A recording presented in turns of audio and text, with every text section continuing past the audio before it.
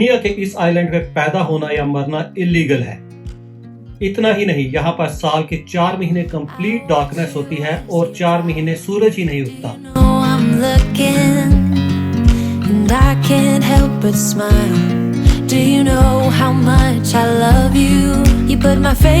ये सब सुन के मैंने अपनी एक्साइटमेंट और बैग को पैक किया और पहुंच गया land of story Svalbard. Planning a Svalbard trip is very tricky and can be bit expensive. इसलिए इस वीडियो में हम बात करेंगे कि कैसे आप दुनिया के नॉर्दर्न मोस्ट टाउन को विजिट कर सकते हैं और कैसे आप ये ट्रिप प्लान कर सकते हैं कम से कम खर्चे में।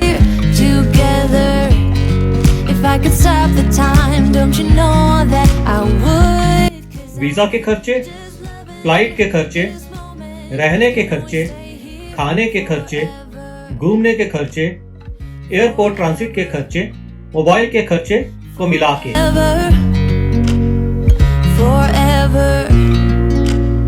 जल्दी से कर लो चैनल को सब्सक्राइब और मुझे फॉलो कर लो इंस्टा, फेसबुक, थ्रेड्स और एक्स पे। वीडियो बहुत मजेदार और इन्फॉर्मेटिव होने वाला है, इसलिए आपको ये वीडियो देखना है पूरा। और अगर कोई डाउट्स या क्वेरीज हो तो कमेंट करके भी पूछ सकते हैं। फाइनली वीडियो देखने के बाद अगर अच्छा लगे तो वीडियो को लाइक और शेयर जरूर करें।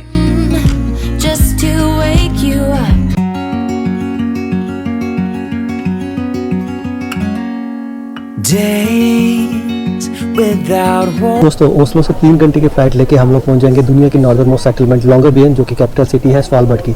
नॉर्दर्न मोस्ट सेटलमेंट का मतलब हुआ जहां पर इंसान सबसे नॉर्थ में बसते हैं। तो अभी फ्लाइट चलने में अप्रॉक्सीमेटली मेरे कुछ 3.25 घंटे हैं। तो मैंने सबसे पहले तो कॉफ़ी ले ली क्योंकि काफ़ी ज़रूरत थी।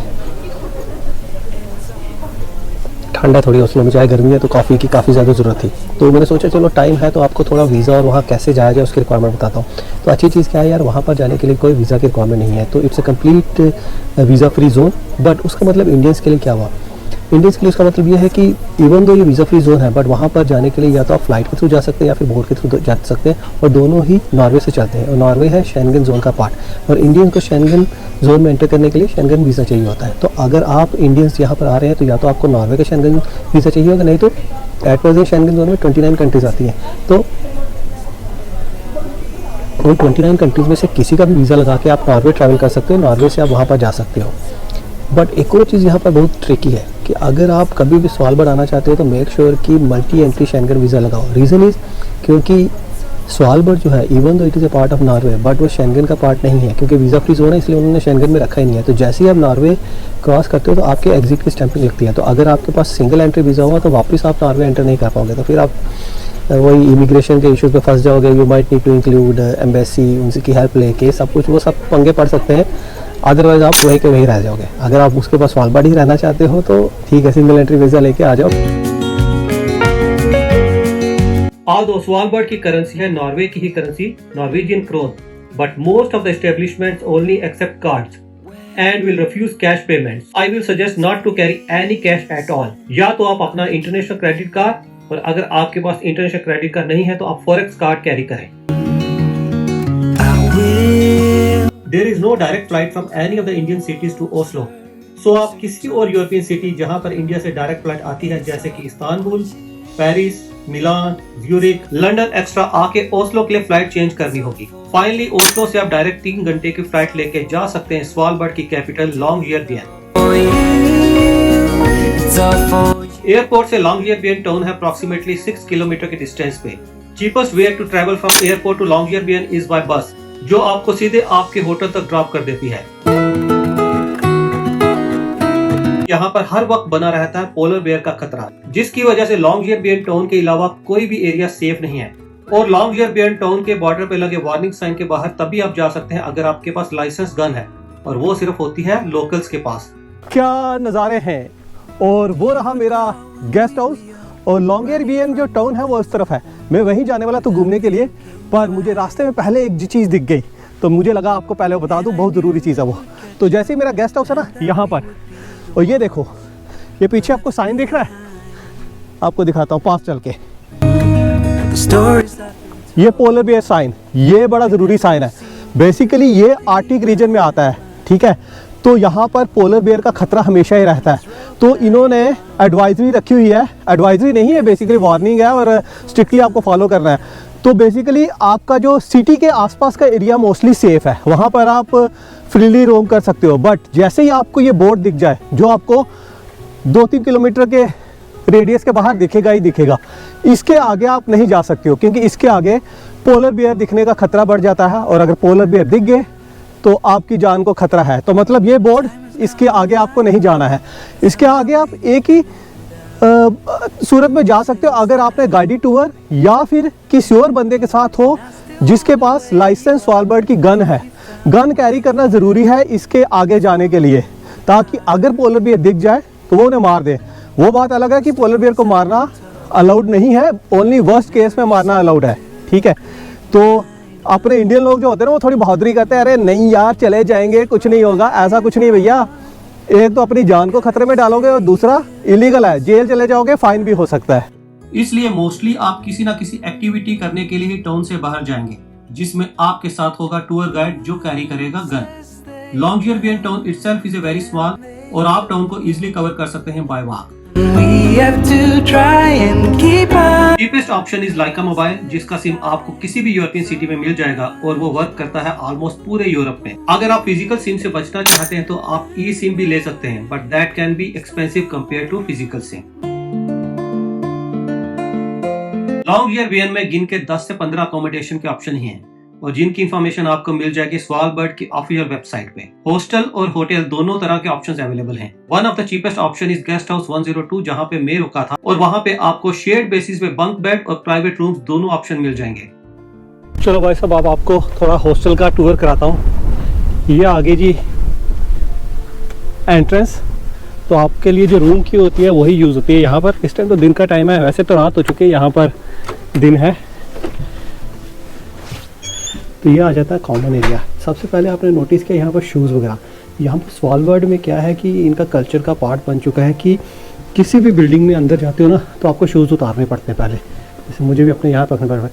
इनफैक्ट यही नहीं, मॉल के अंदर जाना, रेस्टोरेंट के अंदर जाना, कहीं पर भी जाओगे आपको शूज़ जो है उतारने ही पड़ेंगे।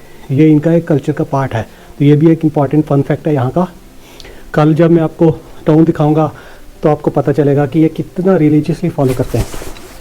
सबसे पहले चलते हैं इनके फर्स्ट फ्लोर में, जहाँ पर हैं दो मेन चीज़ें।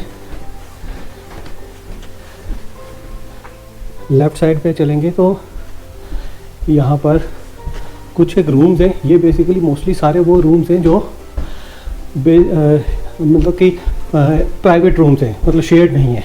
और फिर आ जाता है किचन। ये कॉमन किचन है। ये डाइनिंग एरिया आ गया। ये बड़ा सा फ्रिज है, फिर एक और फ्रिज, गैस वगैरह है। तो मेनली क्या है कि यार स्वालबर्ड भी ना बहुत ज़्यादा एक्सपेंसिव है। तो यहाँ पर भी अगर आप बाहर खाना खाओगे ना तो 4-5 हज़ार एक बंदे का पड़ेगा। तो इससे बेटर है कि आप कुछ पैक्ड फूड लेके आओ। मैंने भी लेके आया हूँ, रात को बनाऊँगा तो आपको बताऊँगा। ये देखो, यहाँ की खिड़की से भी लॉन्गयरबियन का व्यू खूबसूरत है। फिर यहाँ से जाएंगे कॉरिडोर, तो यहाँ पर ये तो रूम्स आ गए, प्राइवेट रूम्स है सारे ये। फिर बीच में आ गया बाथरूम्स। ये भी कॉमन बाथरूम है, शेयर्ड बाथरूम है। यहाँ पर प्राइवेट वालों के रूम वालों के भी शेयर्ड बाथरूम रहता है। तो ये आ गया इनका लिविंग एरिया, जहाँ पर लोग बैठ के गपशप मार सकते हैं, सोशल हो सकते हैं। It's nice. तो ये आ गया भाई इनका फर्स्ट फ्लोर। अब चलते हैं इनके ग्राउंड फ्लोर की तरफ।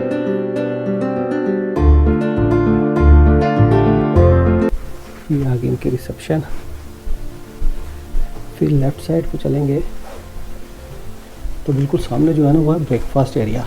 ये अभी तो रूम बंद है, सुबह खुलता है। तो यहाँ पर आपकी अकोमोडेशन के साथ ब्रेकफास्ट भी रहता है। वैसे मैंने एक चीज़ नोटिस किया कि स्वालबर्ड में सभी अकोमोडेशंस के साथ ब्रेकफास्ट भी रहता है। वन ऑफ द रीज़न कोई भी क्योंकि यहाँ पर सारे रेस्टोरेंट शॉप्स काफ़ी लेट खुलती हैं, तो इसीलिए शायद होटल में ही प्रोविज़न दिया हुआ है।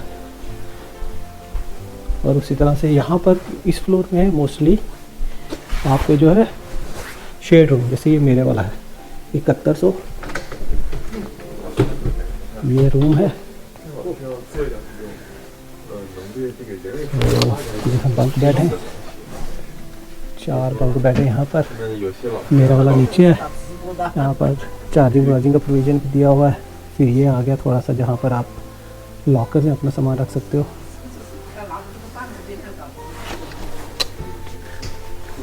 तो ये है भाई साहब कोजी सा, क्यूट सा, खूबसूरत सा हॉस्टल का room. Luxury options like 4-star property Radisson and 5-star property Funken Lodge are also available.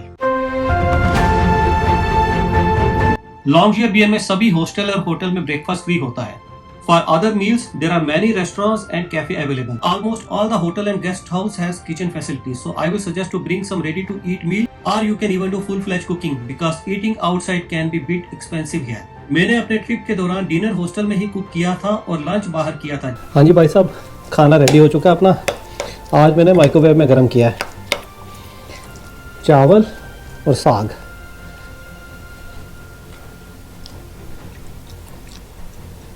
सही है यार, ये भी अच्छा है, स्पाइसी भी है जैसे मुझे पसंद है.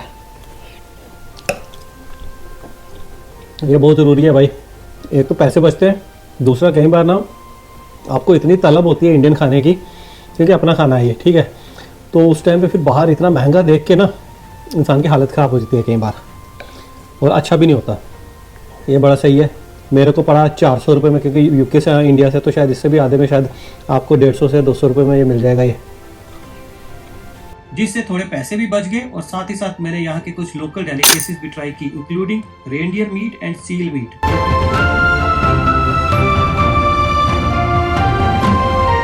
देखो, स्पेंड करने पे तो आप कितने भी दिन यहाँ पर स्पेंड कर सकते हैं.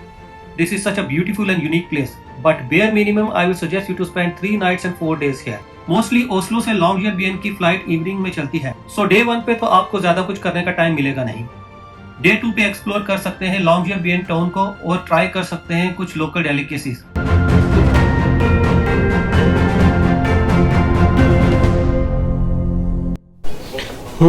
दिस इज़ इंटरेस्टिंग यार.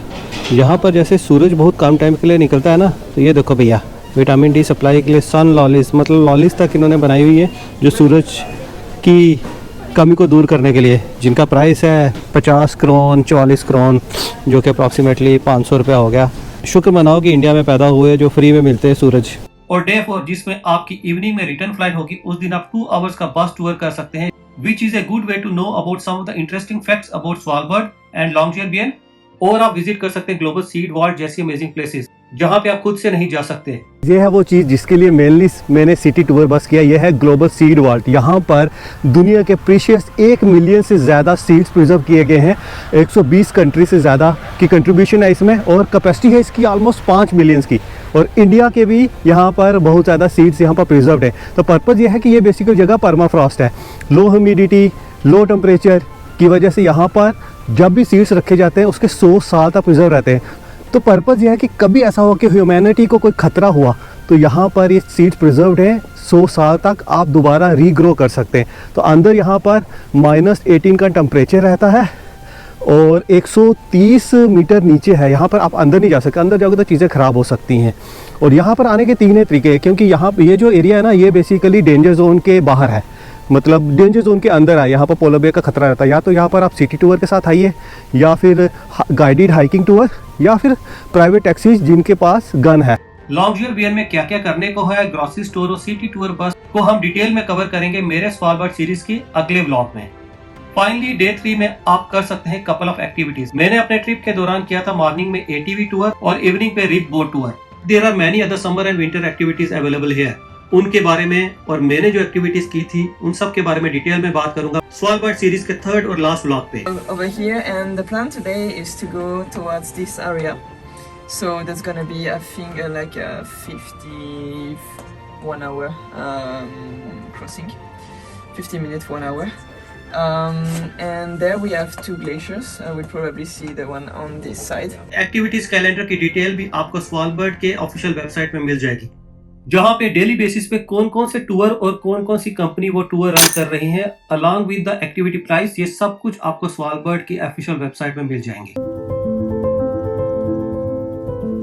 स्वालबर्ड अगर आप जाते हैं तो कुछ जरूरी चीजों को आपको ध्यान में रखना है. कुछ तो मैंने ऑलरेडी कवर कर ली है, but I will repeat it one more time. Make sure to apply multiple entry Schengen visa since Svalbard is not in Schengen area. You must not leave town without local guide since it is illegal and is also not safe. एक और चीज़ बताओ, यहाँ पर ये जो polar bear का फंडा है ना, उसकी वजह से यहाँ पर लॉन्गयरबियन में आपके घरों में और साथ ही साथ आपकी गाड़ी में ताला लगाना मना है.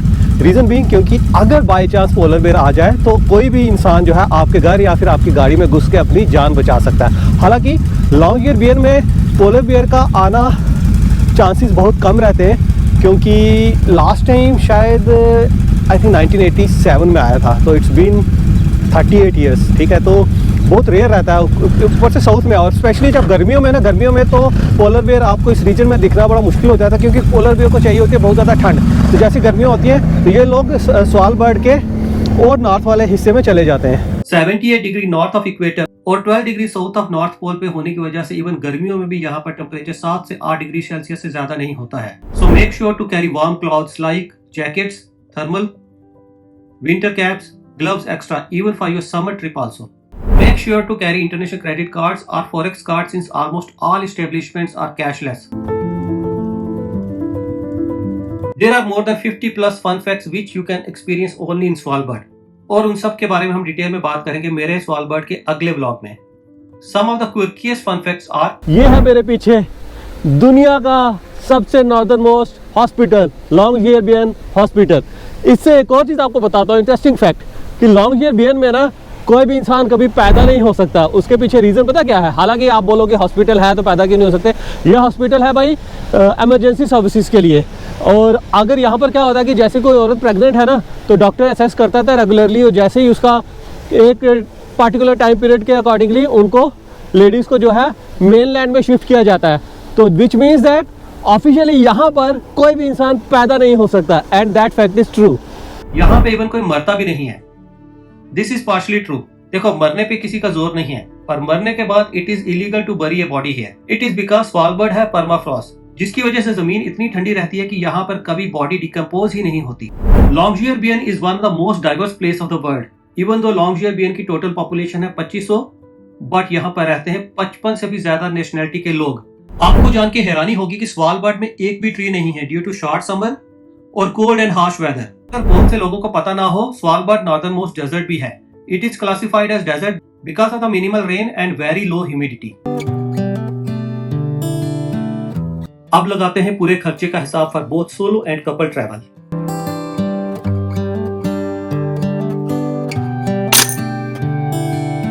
आई होप आपको ये वीडियो अच्छा लगा होगा। मिलते हैं मेरे नेक्स्ट वीडियो में, जिसमें हम एक्सप्लोर करेंगे स्वालबर्ड की कैपिटल सिटी लॉन्गयरबियन और जानेंगे 50 plus fun facts about Svalbard, और साथ ही जानने की कोशिश करेंगे local ways of life and how expensive Svalbard is.